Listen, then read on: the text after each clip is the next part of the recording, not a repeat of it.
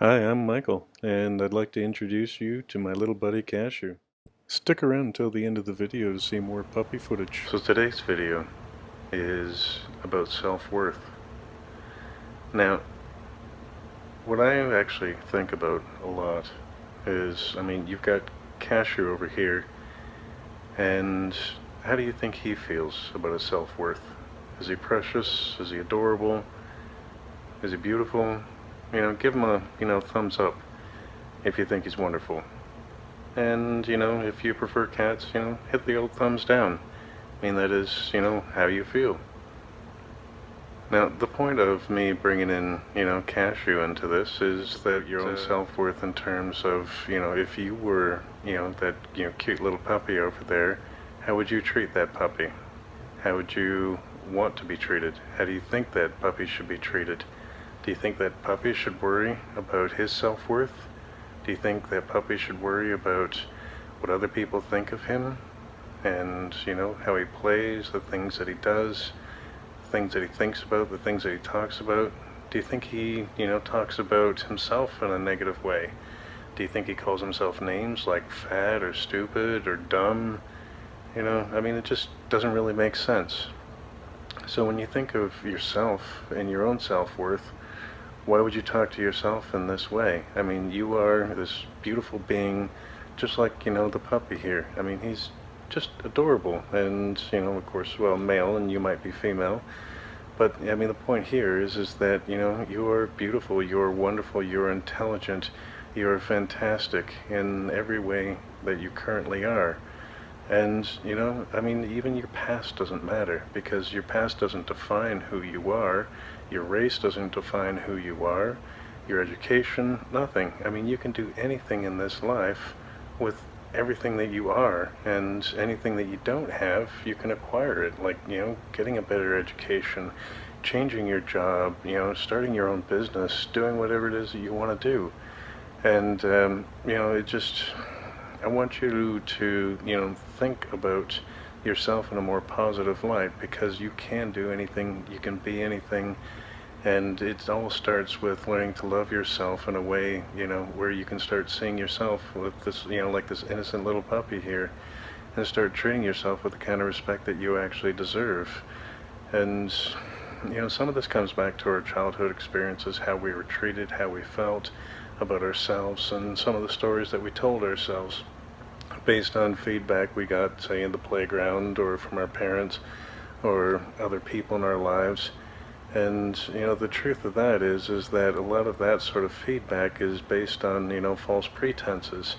Because, those people, our parents loved us very much as they possibly could, but they didn't necessarily have all the tools necessary to love us in the way that we needed. And, often in the way that we wanted.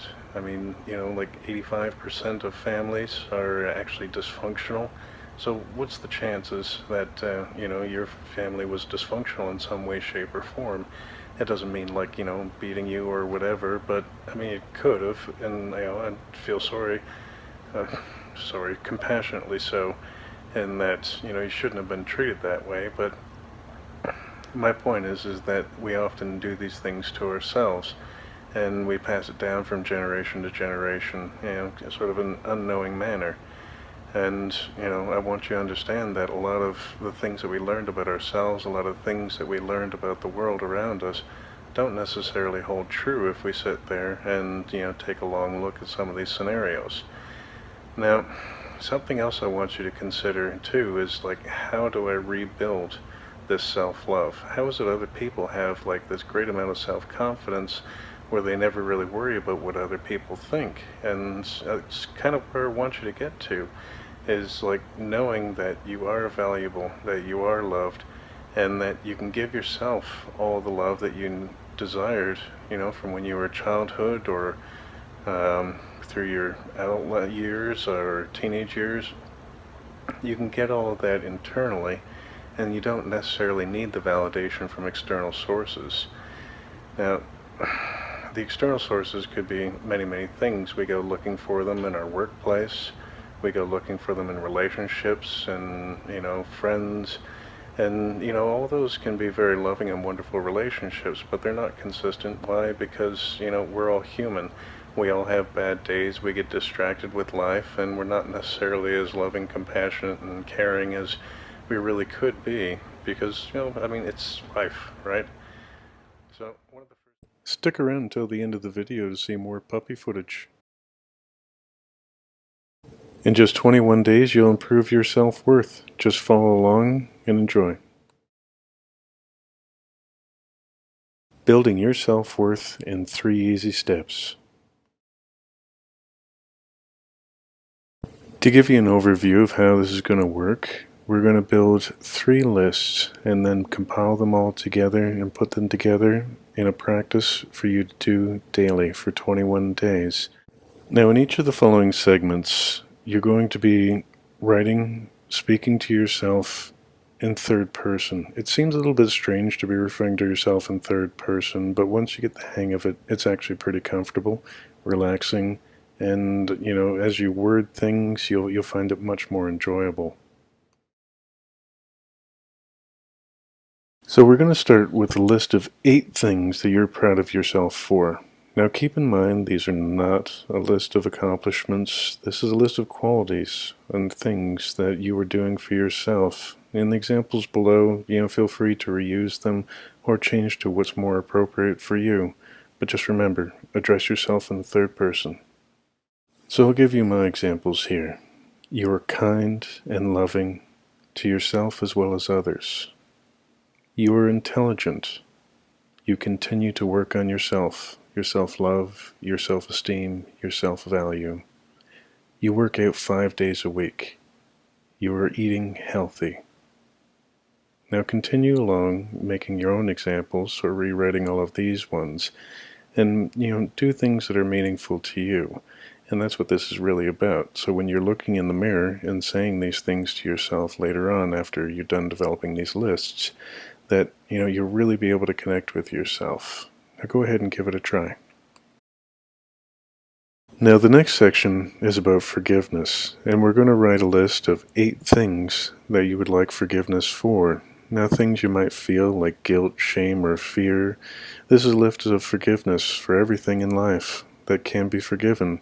Not always by others, but its point is to, forgive yourself and not to worry about other people.